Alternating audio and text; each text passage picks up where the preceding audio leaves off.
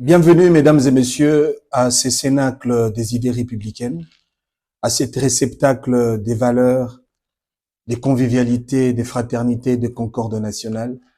Bienvenue à cette tribune Ponamboka qui nous permet de se retrouver et d'échanger, d'apprendre et de se former, d'agir et d'impacter positivement sur la qualité de vie de notre société. Aujourd'hui, je voudrais commencer cette analyse avec une question de base, celle de savoir, entre Corneille Nangaa, Joseph Kabila et Paul Kagame, qui est le chef de qui? Qui joue la carte de qui? Qui obéit aux ordres de qui?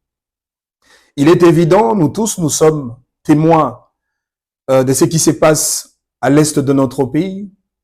Nous tous, nous écoutons les propos, nous voyons les réactions, les agissements de tout un chacun pendant cette période cruciale qui traverse la République démocratique du Congo, qui fait l'objet d'une agression, qui fait l'objet des massacres, qui fait l'objet des crimes contre l'humanité, des exécutions sommaires, des pillages de nos ressources naturelles. Eh bien, aujourd'hui, chaque enfant, père, mère, fils et fille de notre pays est témoin de l'histoire d'aujourd'hui. Il y a eu une période où nous avions vu le combat de Corneille Nangaa qu'il considère de noble et de sacré, mais au début de son combat, Corneille Nangaa réclamait le respect de l'accord qui existerait entre Joseph Kabila et Félix Tshisekedi. Et en cette période-là, moi je me demande, Corneille Nangaa plaidait pour le compte de qui? Et en deuxième lieu, comment un arbitre censé départager les challengers politiques dans une compétition électorale se transforme lui aussi à un challenger contre un autre challenger? Pire encore, il se permet même d'attaquer le public qui est venu assister le match électoral. Je parle du peuple congolais. Aujourd'hui, Corneille Nangaa participe au viol fait à la femme dans la partie Est, au pillage, au massacre, aux tueries de ses propres compatriotes congolais. Je me demande, qu'est-ce qui fait que l'arbitre se transforme à un véritable ennemi contre la patrie? Et puis autre chose, Corneille Nangaa nous a dit que Félix Tshisekedi n'a pas été élu. Mais ce qui est malheureux, Corneille Nangaa, jusqu'à ce jour, ne nous dit pas qui est le candidat qui a été réellement élu. Je pourrais comprendre son combat dans le sens de vouloir rétablir les candidats qui a été réellement élu. Et pourquoi Corneille Nangaa nous parle de l'accord? Pourtant, dans un contexte électoral, ce qui compte, c'est la voix du peuple. Ce qui compte, c'est le vœu des électeurs. Pourquoi, là où il y a le peuple qui a manifesté son choix à travers les urnes, vous nous parlez en même temps de l'accord? Ça voudrait tout simplement dire tout ce que le peuple a fait au travers son choix dans les urnes n'est représenté absolument rien du tout. Et donc, la tricherie électorale n'avait vraiment pas sa place parce qu'aujourd'hui, on a compris qu'il s'agit de la tricherie politique. Qui nous a triché? C'est Corneille Nangaa. Qui nous a triché? C'est Joseph Kabila, parce que c'est Joseph Kabila qui est l'organisateur des élections en tant que président de la République à cette époque. Ce qui expliquerait l'incohérence, ce qui expliquerait l'irrationalité dans la démarche de Corneille Nangaa. Et du coup, je me pose la question, Corneille Nangaa fait le jeu de qui? Corneille Nangaa obéit aux ordres de qui?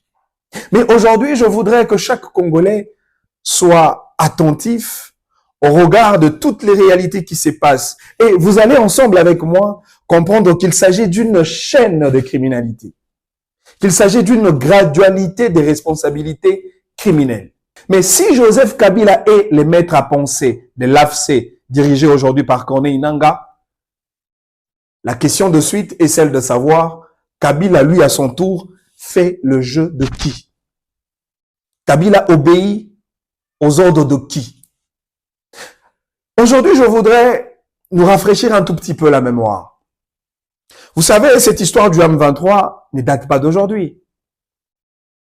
Depuis le mois de juillet 2006, d'abord à cette époque, on parlait du CNDP, qui a été dirigé par Laurent Nkunda, qui a créé autant des exactions sur le territoire congolais avec autant de pertes de vies humaines de nos compatriotes congolais. Mais le CNDP qui a évolué sur le territoire congolais, mais déjà je voudrais vous rappeler les missions de ce mouvement rebelle qui s'est installé sur le territoire de notre pays, le CNDP avec pour mission, d'abord, 1, de défendre la communauté Tutsi, de 2, neutraliser les FDLR, et puis de 3, les retours de Congolais réfugiés au Rwanda. Ça veut dire, dans les objectifs et missions confiées au CNDP, il n'y avait rien à voir avec tout ce qui a trait à la défense de la patrie congolaise. Et donc, les CNDP comme mouvement rebelle, c'était le produit made in Rwanda.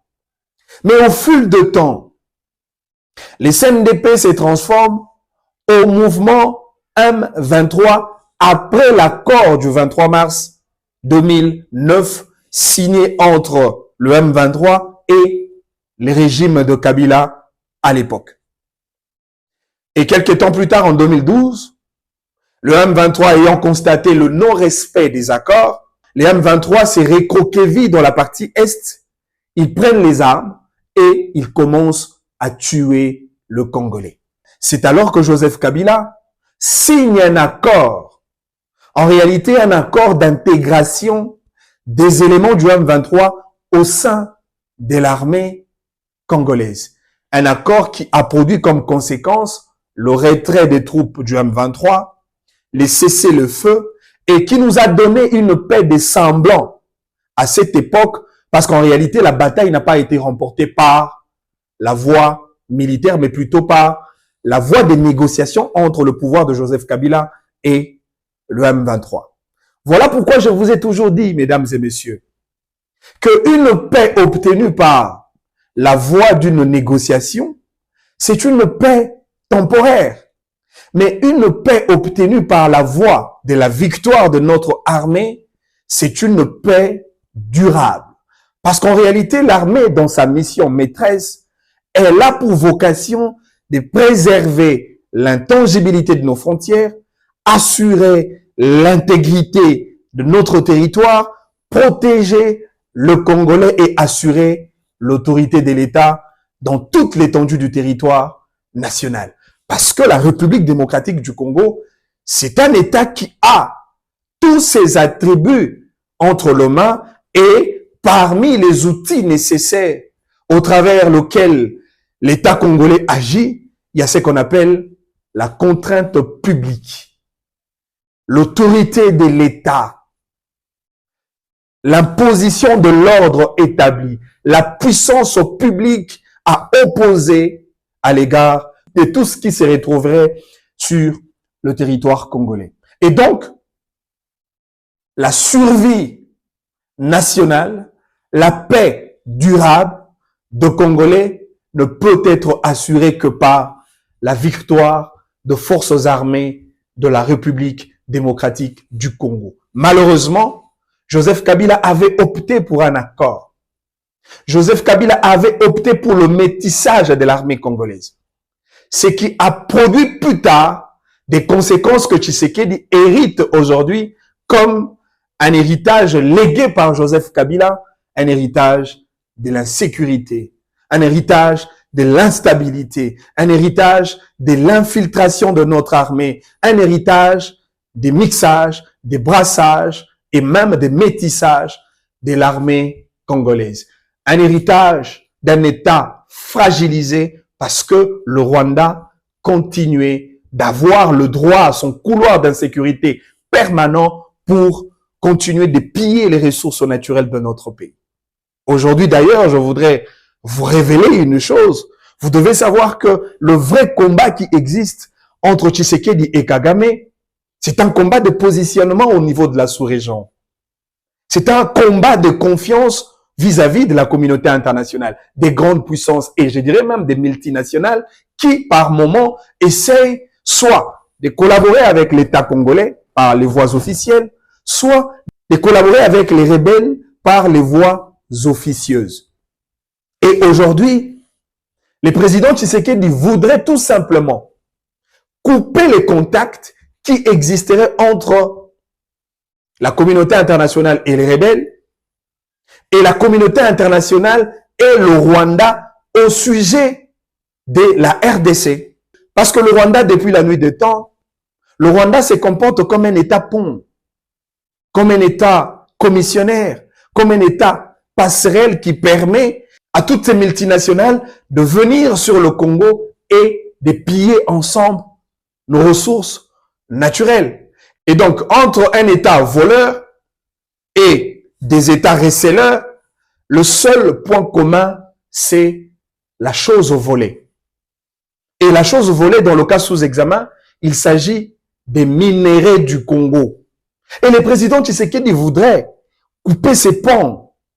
Désormais, si la Chine, les États-Unis, la France, la Belgique, la Russie, Corée du Nord, Corée du Sud, tout autre État, que ce soit le multinational, si vous voulez passer par la voie de la RDC pour avoir le minerai, eh ben, il faut couper les ponts qu'on appelle le Rwanda. C'est ce qui crée la bataille et la grande bataille entre le président Tshisekedi et le président Kagame.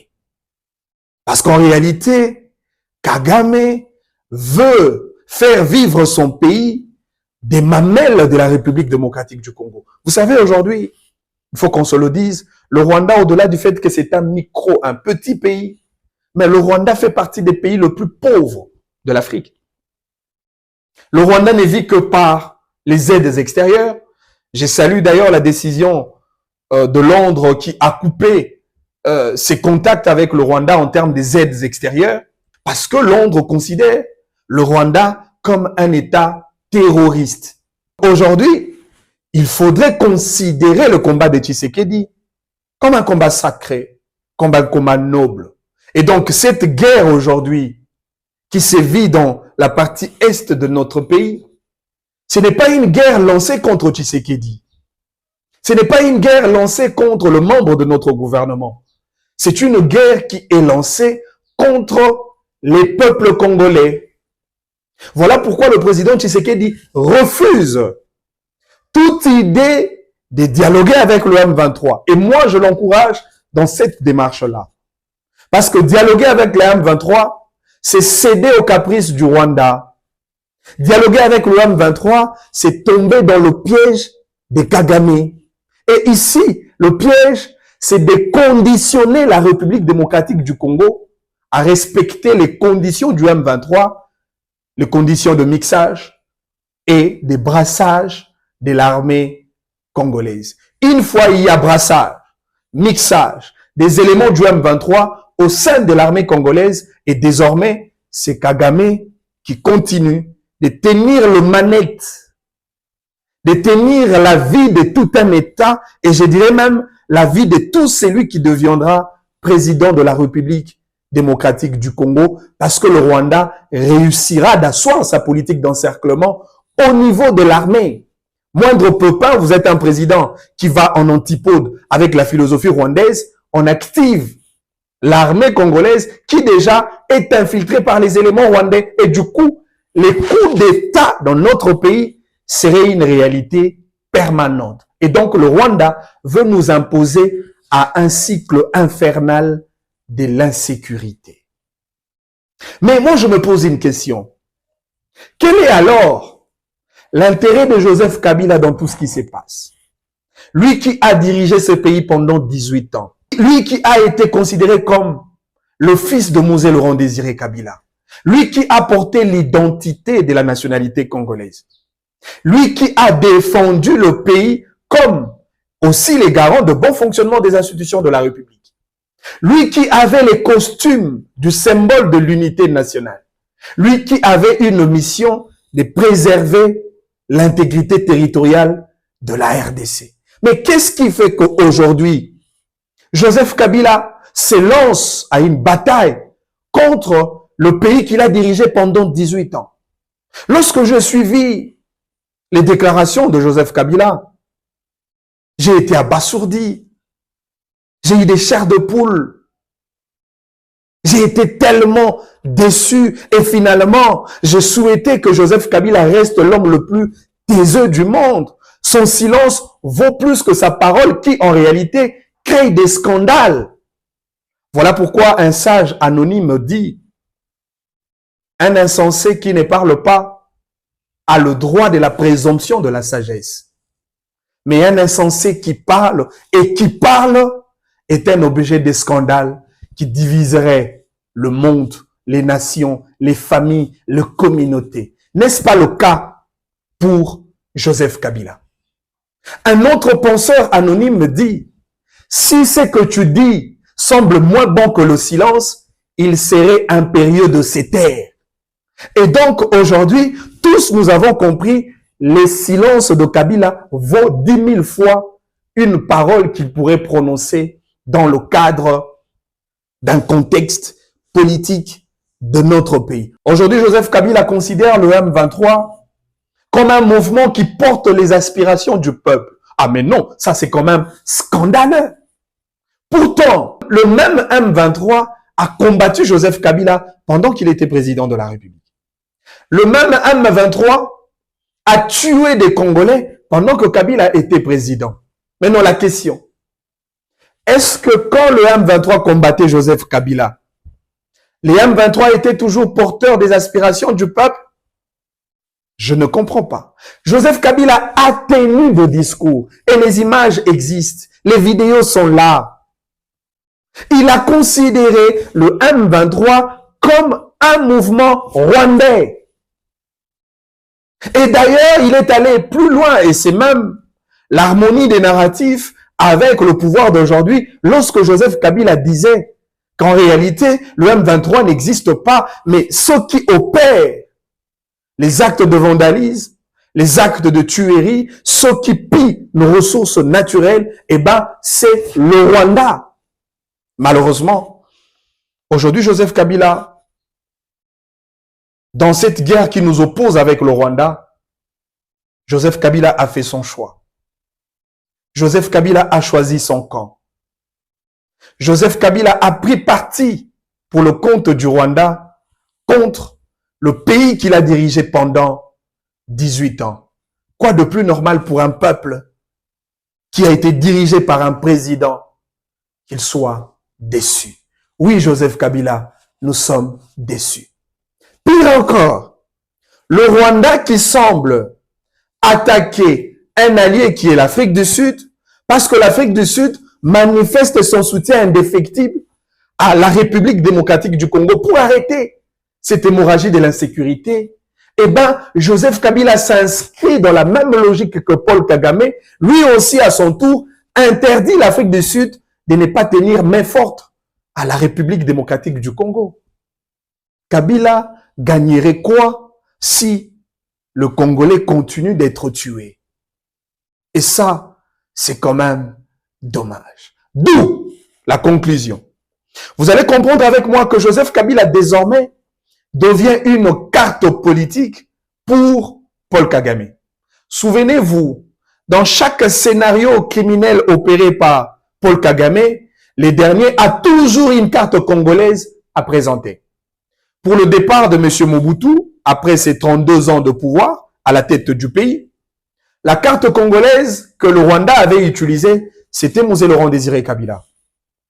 Et Mzee Laurent Désiré Kabila, une fois obtenu, après avoir bénéficié d'un dispositif matériel et militaire du Rwanda, après avoir bénéficié des moyens financiers, et je dirais même d'une ressource humaine venant du Rwanda, une fois obtenu le pouvoir, Mzee Laurent Désiré Kabila demande à Kagame de lui présenter la facture et qu'il serait prêt de payer la facture pour que le Congo reste le seul bien appartenant au seul Congolais. Et Mouzé Kabila lance le message de ne jamais trahir le Congo, et il a commencé sa chasse contre le Rwandais et il a extirpé du territoire congolais tout le Rwandais qui était là dans notre pays. Et cela a poussé le Rwanda à créer le deuxième scénario criminel au point d'assassiner notre président Laurent Désiré Kabila pour finalement utiliser la prochaine carte qui cette fois-là était Joseph Kabila comme une carte utilisée par le Rwanda. La question qu'on se pose aujourd'hui, est-ce pour le départ de Félix Tshisekedi? C'est Joseph Kabila qui est la carte à utiliser. Finalement, c'est lui qui viendra remplacer Tshisekedi, doit être à même d'obéir aux ordres du Rwanda pour créer un couloir permanent d'insécurité afin que le Rwanda continue de piller nos ressources naturelles pour assurer, bien évidemment, la survie de son pays. Parce que le Rwanda vit avec le 50% des ressources minérales volées au Congo et les 50 autres pourcents des aides extérieures venant de pays étrangers. En réalité, le Rwanda, comme je l'ai dit tantôt, c'est un pays pauvre. Et donc, aujourd'hui, vous allez comprendre que pour Joseph Kabila, il est important de ne pas aller aux élections en 2028 avec Félix Tshisekedi. Parce que dans sa carte, ça c'est une hypothèse, Joseph Kabila estime que si Tshisekedi sort à la grande porte, c'est-à-dire en 2028, et qu'il organise les élections, Tshisekedi va imposer son veto sur celui qui deviendra président après lui. Et là, dans ce cas-là, Kabila serait perdant. Et Kagame également serait perdant. Parce que celui qui viendra sous les vetos, sous la bénédiction de Félix Tshisekedi, héritera la position de Tshisekedi contre le Rwanda, la position actuelle de la RDC contre le Rwanda. Voilà pourquoi, dans le schéma de l'ennemi, il faudrait réussir à faire partir Tshisekedi avant l'échéance électorale de 2028. Parce que dans leur plan, il faudrait qu'il y ait un coup d'État et que le pouvoir, je ne sais pas si ce serait Nanga ou un autre pantin qu'on va utiliser pour le besoin des contextes, qui va assurer une transition dans un court délai et organiser les élections le plus chaotiques de l'histoire et finalement céder le pouvoir entre les mains de Joseph Kabila. Et c'est par là que le contrat Kabila-Kagame sera conclu et que le Rwanda continuera d'asseoir sa condescendance sur le Congo et l'hégémonie rwandaise serait possible parce que cette fois-là, le peuple congolais serait considéré comme des esclaves éternels du Rwanda. Voilà pourquoi le combat de Tshisekedi est sacré. Voilà pourquoi nous sommes tenus et obligés de soutenir cette bataille, de soutenir la patrie, d'accompagner le commandant suprême, de soutenir les forces armées de notre pays contre un ennemi commun qui est le Rwanda. Quoi de plus normal de mettre de côté nos velléités internes, les clivages, les ségrégations politiques, les escalades des collisions verbales qui nous divisent par moments sur base des intérêts politiques internes. C'est le Congo qui est touché, ce n'est pas l'UDPS qui est touché. C'est le Congo qui est touché, ce n'est pas l'individu Tshisekedi qui est touché. Et donc cette bataille est une bataille des Congolais contre le Rwandais. Voilà pourquoi il devient important de renforcer notre solidarité, convivialité, fraternité et unité nationale à ce stade. Parce que parmi les stratagèmes de l'ennemi, l'ennemi utilise la division de Congolais comme moyen pour nous déstabiliser en interne.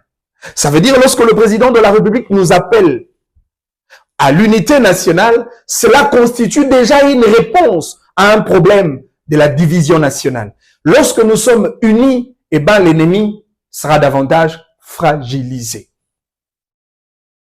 C'est comme ça qu'aujourd'hui, Je demanderai à ceux qui détiennent le bâton de commandement de la République, aux membres de l'Union sacrée de la nation, aux membres de l'UDPS, de faire preuve d'une certaine flexibilité, d'être humble, coopératif et de parler comme les frères avec toutes les tendances politiques qui opèrent au sein du microcosme politique national.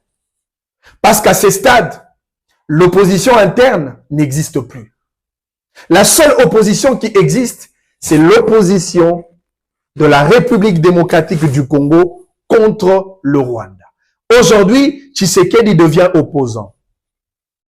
Aujourd'hui, Souminwa devient opposant. Kamere devient opposant. Mais les opposants de qui? Les opposants de Kagame. Fayulu est un opposant de Kagame.